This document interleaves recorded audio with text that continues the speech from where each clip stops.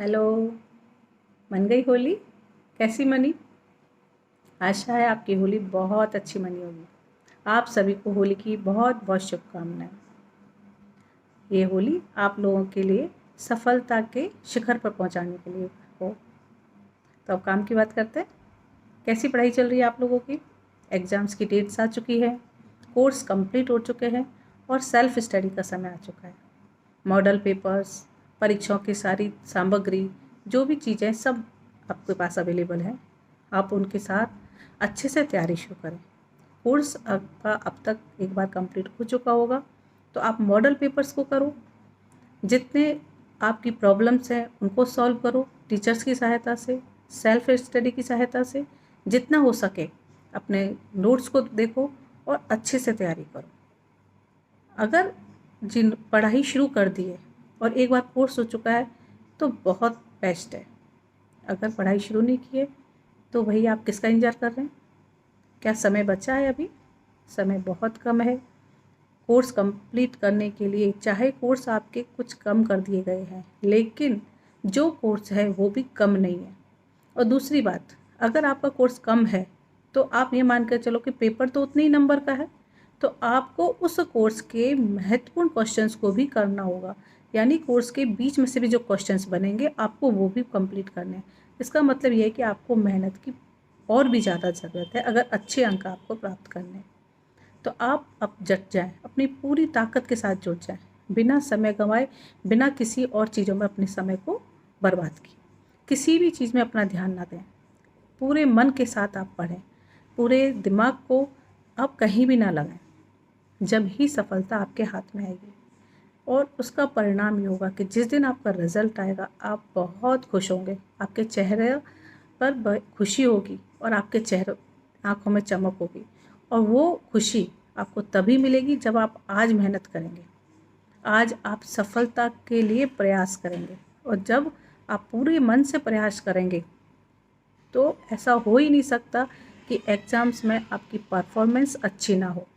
100% अच्छी होगी, क्योंकि जब हम पूरे मन से तैयारी करते हैं तो हमारा जो तैयारी का लेवल होता है वो अपने आप बढ़ जाता है।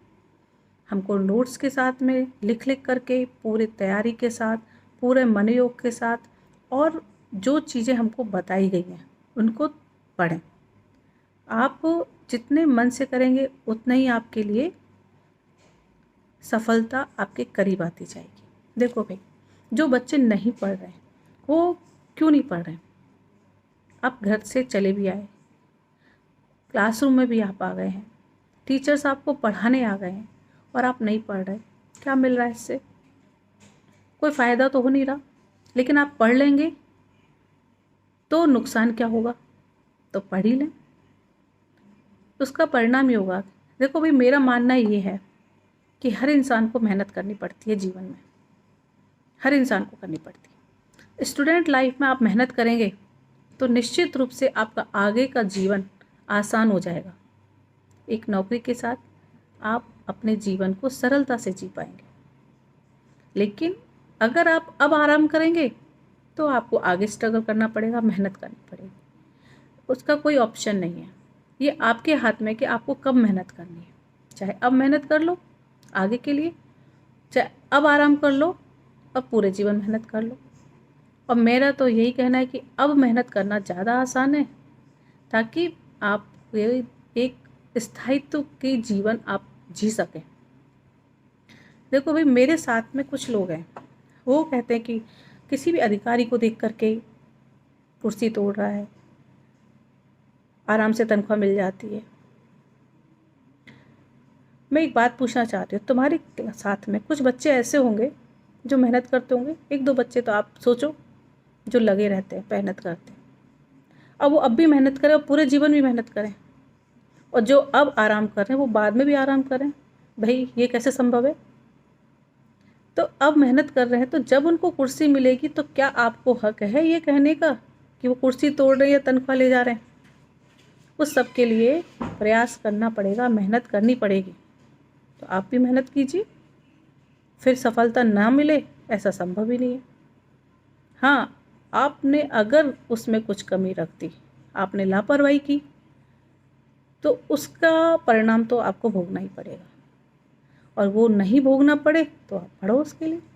अभी है समय, इतना भी समय कम नहीं बचा है कि आप अब भी तैयारी नहीं शुरू कर सकते। अगर आप आज से अभी से शुरू कर देंगे तो भी आपके परिणाम अच्छे ही आएंगे, निश्चित है।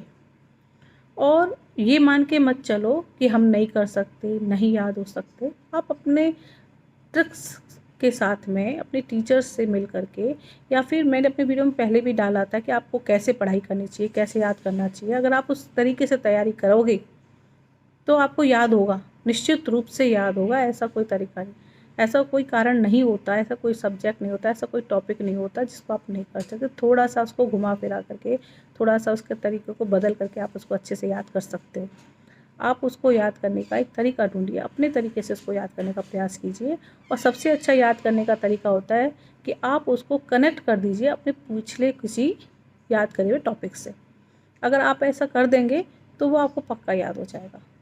मेहनत तो करनी पड़ेगी, और जितना आप प्रयास करेंगे रिज़ल्ट आप और अच्छे से अच्छा पाते जाएंगे। और अच्छा जब रिज़ल्ट मिलता है तो उसका तो खुशी क्या होती है, आप ये उसको पा कर के महसूस कर सकते हैं। देखो भाई, जीवन कठिन भी नहीं है, और हम चाहें तो उसको और भी सरल कर सकते हैं। लेकिन हम अपने कुछ लापरवाहियों से, कुछ परेशानियों से, कुछ चीज़ों को ये कह सकते हैं कि मतलब हम सोचते हैं हमारी ये वजह है, ये कारण है, हम इसलिए नहीं कर पा रहे। लेकिन मेरा तो ये कहना है कि ऐसा कोई व्यक्ति नहीं होगा जिसके साथ में कुछ ना जुड़ा हुआ हो, तो उसके बीच में वो अपना रास्ता बनाता है और आगे बढ़ता जाता है।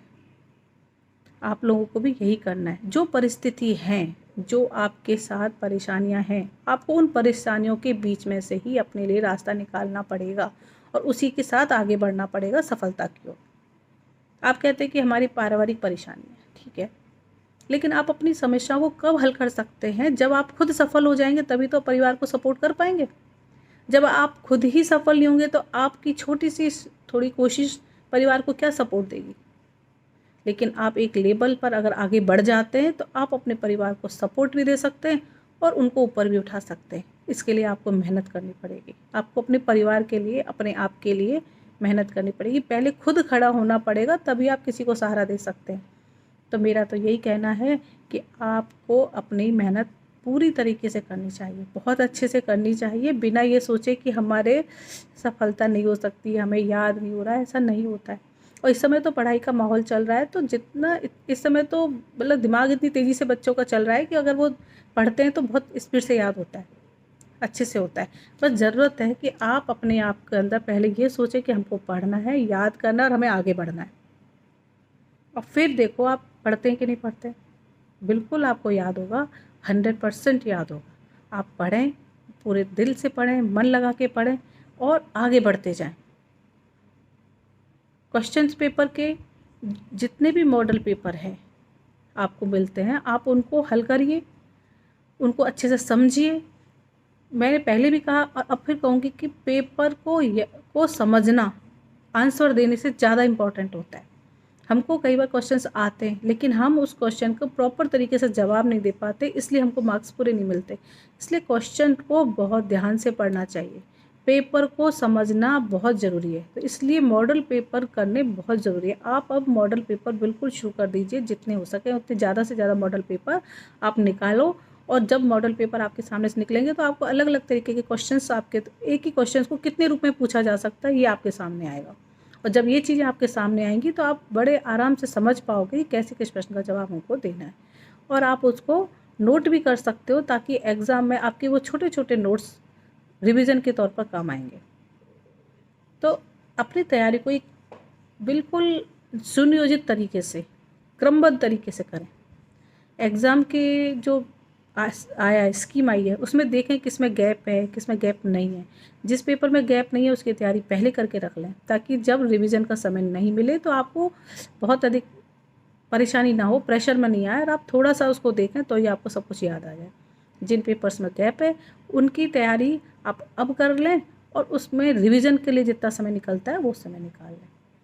तो मतलब बहुत सुनियोजित तरीके से आपको तैयारी करनी होगी, बहुत सोच समझ करके, और अपना एक टाइम टेबल सेट करना होगा। उसके साथ बहुत कम समय, थोड़े समय के लिए आप मेहनत कर लेंगे तो आपको रिज़ल्ट अच्छे मिलेंगे। और आशा आपको मेरी बात समझ आ रही होगी। अगर अच्छी लगे तो आप मुझे कमेंट करके बताएं, और अगर आपके कमेंट आएंगे और सब्सक्राइब करेंगे तो मैं इसी तरह से आपको वीडियो और देती रहूँगी। Thank you.